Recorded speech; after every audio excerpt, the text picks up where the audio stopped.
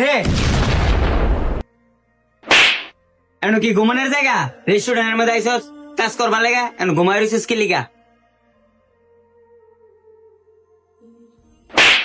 সারাদিন পরিশ্রম করলে খে করে তুমি না, তুমি তো সারাদিন শুধু গ্যাস হবে তো।